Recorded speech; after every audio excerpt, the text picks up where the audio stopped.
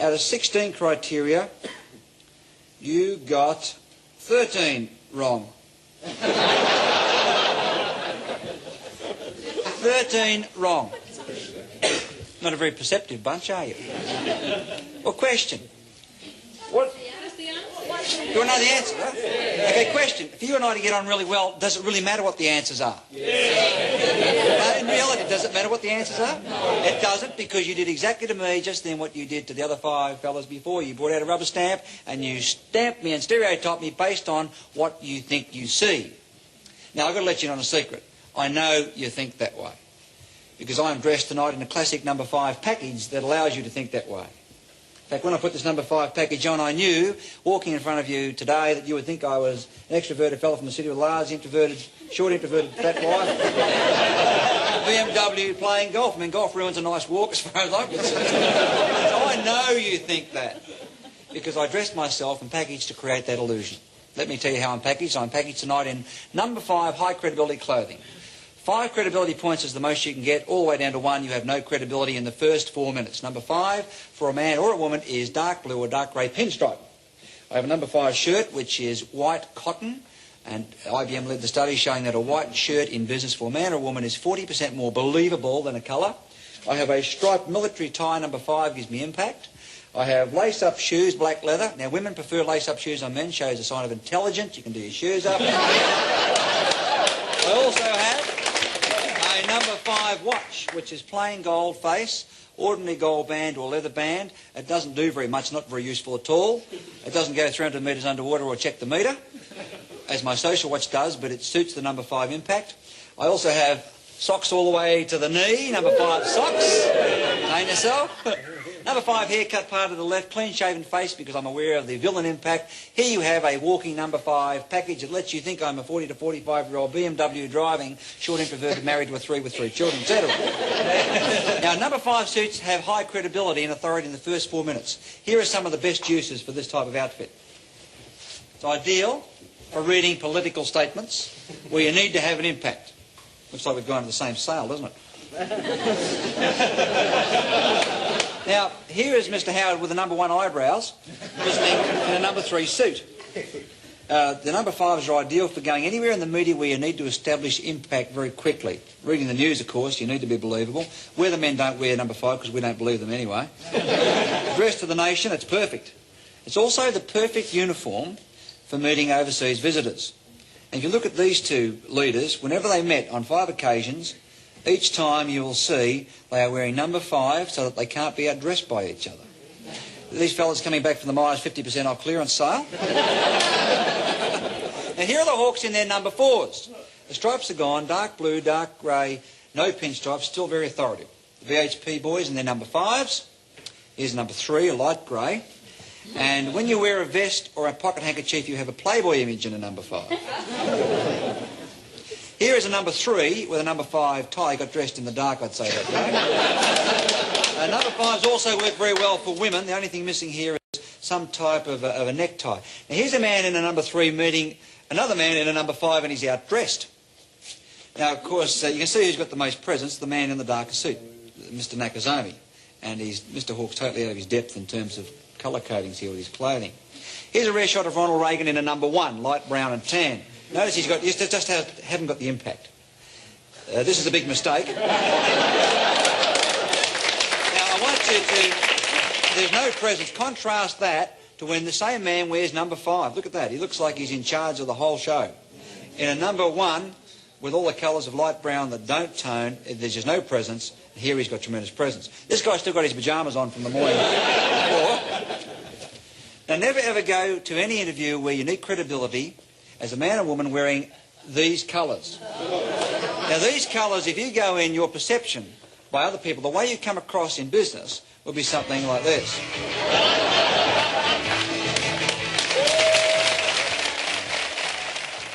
Let me see a show of how many married men there are in this audience. Married men? Put your hands up.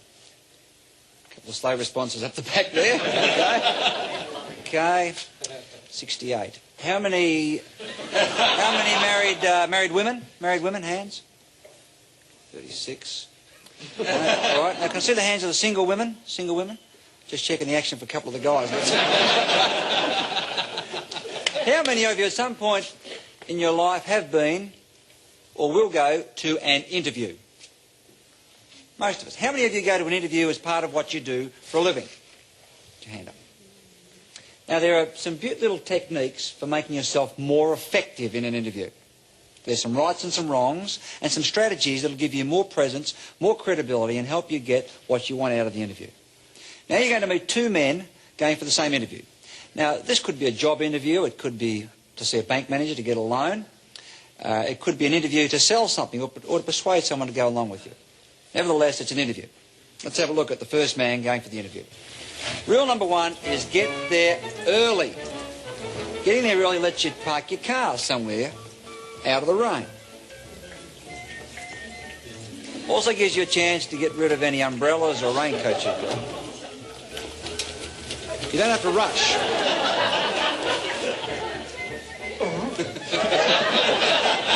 Never go to an interview carrying umbrellas, raincoats and so on.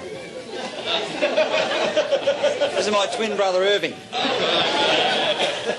Let's have a look at this fellow. He has the Salvation Army brown suit. His briefcase looks like he's going on holidays. He has a watch that shows he gets his films done at Kmart. He has long hair. He has facial hair and Veterans Affairs glasses. He's packaged for failure. Now, never enter anyone's office wearing this sort of thing. What's the umbrella?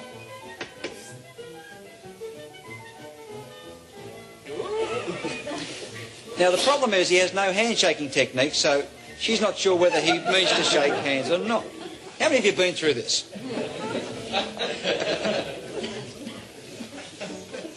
We'll forget about the mud on the carpet. Now, he's sitting directly opposite in the defensive position. That's the worst place he could sit. If he had been there earlier, he would have noticed he had a speck of mud on the inside of his nose. He's only just seen. Now, the trick is how to remove it.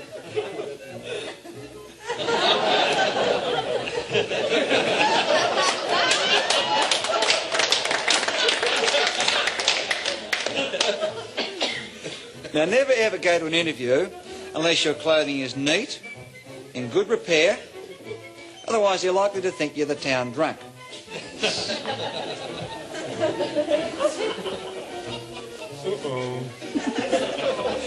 Now, because he's in the defensive position opposite, he's got to pull the chair up. Never touch the property on someone's desk. This represents territorial invasion. Now, the problem if you've got leaning over someone's desk is they'll resent it, and if they resent that because it's invasion, they'll resent you. Not only that, you can get into all sorts of trouble.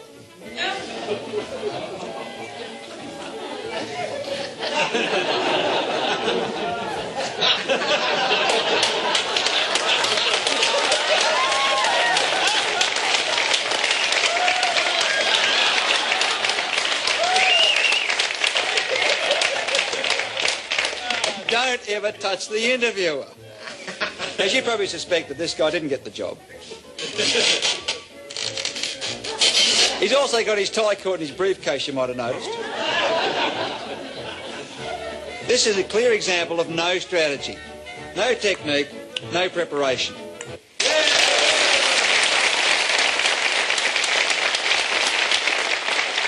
Okay, well, let's have a look at another man going for the same job, the same selling interview, the same bank loan, and see what we could have done to make ourselves more effective. This is my other brother, Percy.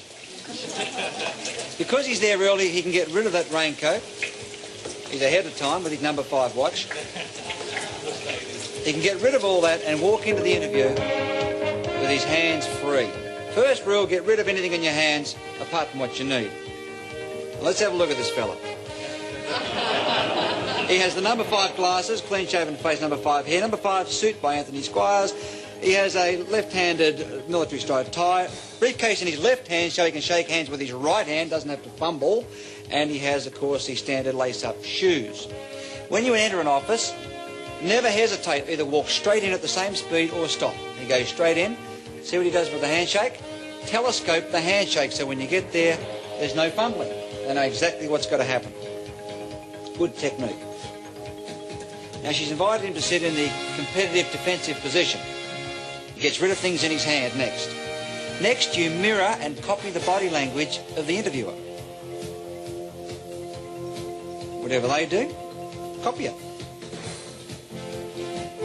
Now he's in the defensive position. He wants to get out of that position and get around beside her or get her around beside him. He knows if he hands over that information, he's going to be stuck in that seat, so now he talks about it in an attempt to encourage her out. Now he's going to try and ask her to come out from behind there to read the small print. Okay, now this time it's worked. Next strategy, again, continue the mirroring. Now when you do this mirroring, the other person gets a feeling there's something about you they kind of like. Sort of a rapport, because what they're seeing is you reflected in them. Now he can hand it over, and you probably guessed who made the sale, got the job and got the loan. He did. This is an example of having strategy, being prepared and getting on with everybody. His car's undercover downstairs in the car park basement. Gets his umbrella back. It was a prepared strategy. He knew exactly what he was doing. Now the other fella can't even find his car. Remember where he let it? Doesn't matter. Yeah, the police found it.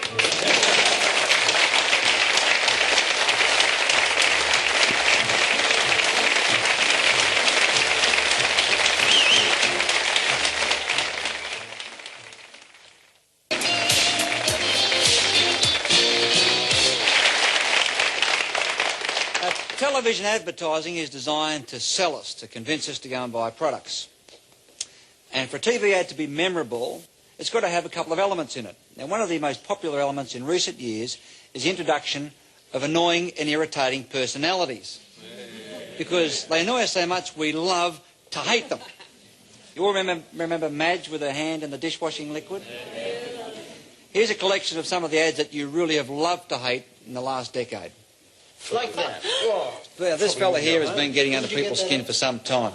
Dynamo Man. He's not on anymore, but he was memorable. We'll show you what Dynamo gets out stains, others leave behind.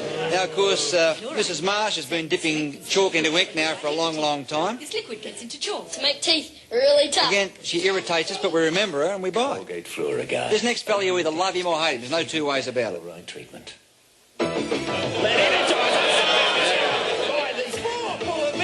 Love him or hate him, you all recognise him and know him, right? And the advertisement that currently is getting under most people's skin, here she comes in her balloon. Rita. No party would be complete without Rita coming with her margarine. What do you reckon, love? Rita 5-star, great taste, great value. The expression you love.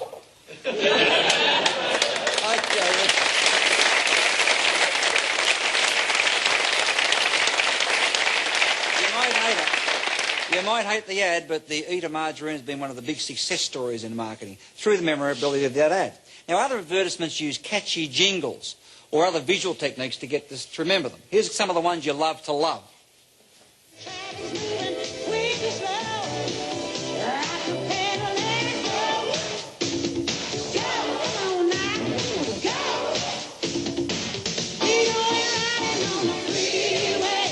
Here's some visual techniques.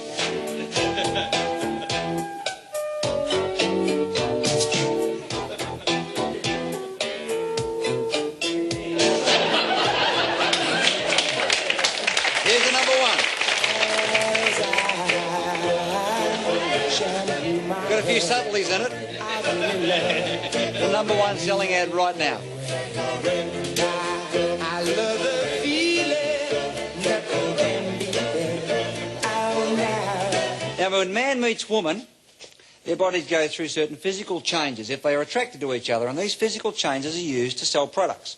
For example, if you meet somebody you really like, a couple of things happen. First, stomach goes in, your chest goes out, you become taller, and you walk with a more pronounced walk. A couple of other things happen. Your heart begins to beat faster, and this causes blood pressure to build, and the blood first of all starts to show in the cheeks, and you get this flushing. It also starts to pump to your ears, and your earlobes expand when you like somebody. Now, we're the only primate that has earlobes. None of them have it. And, of course, the earlobes expand. That's why it's an erotic area for kissing right here on the ear. The lips will also expand and become redder as blood pumps through. That's why pouting is so important. Makes you look sexy as a woman, not as a man.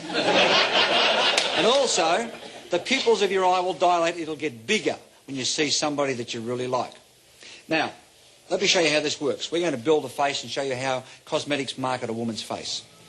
We start with a natural face, natural features. And the first thing we'll do, as most women will know, is to put on foundation, even out the skin tone. Next, by enlarging the eye display, we artificially make her look as though she's more interested in us because her eyes appear to be bigger, so we find her more attractive. It's the purpose of eye makeup. Now we add the capillaries flushing in the cheeks by putting on blusher. We enlarge the lip display next. We're the only primate with lips on the outside of the face. Monkeys and chimps have them inside.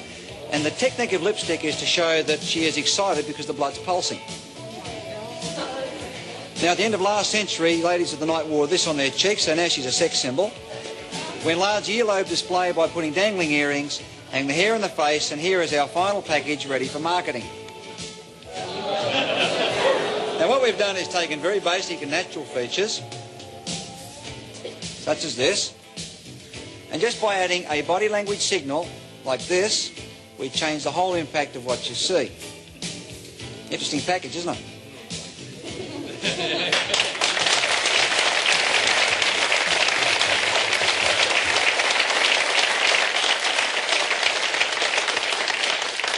Here is how those signals are used to market. Here is currently a top-selling poster. Now, if you look at this, the most noticeable feature is this great big pair of red lips. Right here. Now, if you look a little bit lower, you'll see there's quite a bit of exposed wrist. See this here? When a woman likes you, fellas, she will talk and expose her wrist. If she doesn't like you, the wrists are out of sight. You look across, you'll see some great big round shoulders. See this here? Round shoulder. Looking at a rounded shoulder has been an essential signal for women for about 2,000 years. The most noticeable thing, of course, is that great big round pair of dilated pupils that you can see right here. Now, to show you how important the dilated pupil is in marketing, Mother Nature has endowed these creatures. Aren't they beautiful? How would you feel about them if they looked like this?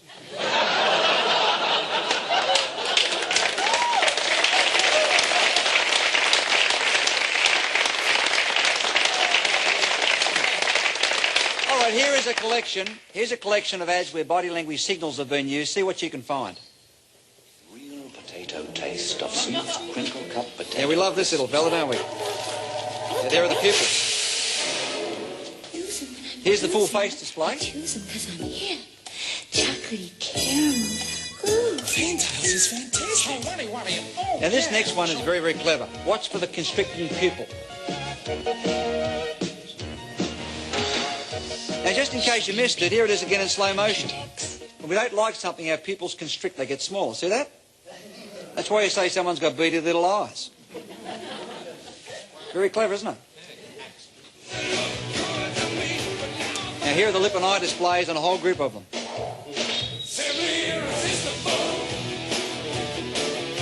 Great for selling videos. Now if you take the lipstick off someone and put a cheesel in their mouth, they don't look so attractive, right? Now in courtship, the most powerful signal that's sent is intimate gaze. That's where you meet someone's gaze and you hold it longer than is socially acceptable. An intimate gaze is where you look from the person's eyes to below their chin. If you hold the gaze, it sends a very powerful signal. This next advertisement gets my personal body language award for the most creative body language signal. See how many signals you can see in this commercial.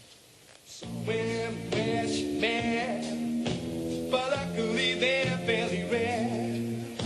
Somewhere where she been, if you know it, you ought to beware. Somewhere where she been, they're not playing the game at all fair. I'm sure they're wet, you know it just isn't fair. That's somewhere. Doesn't that do something for you?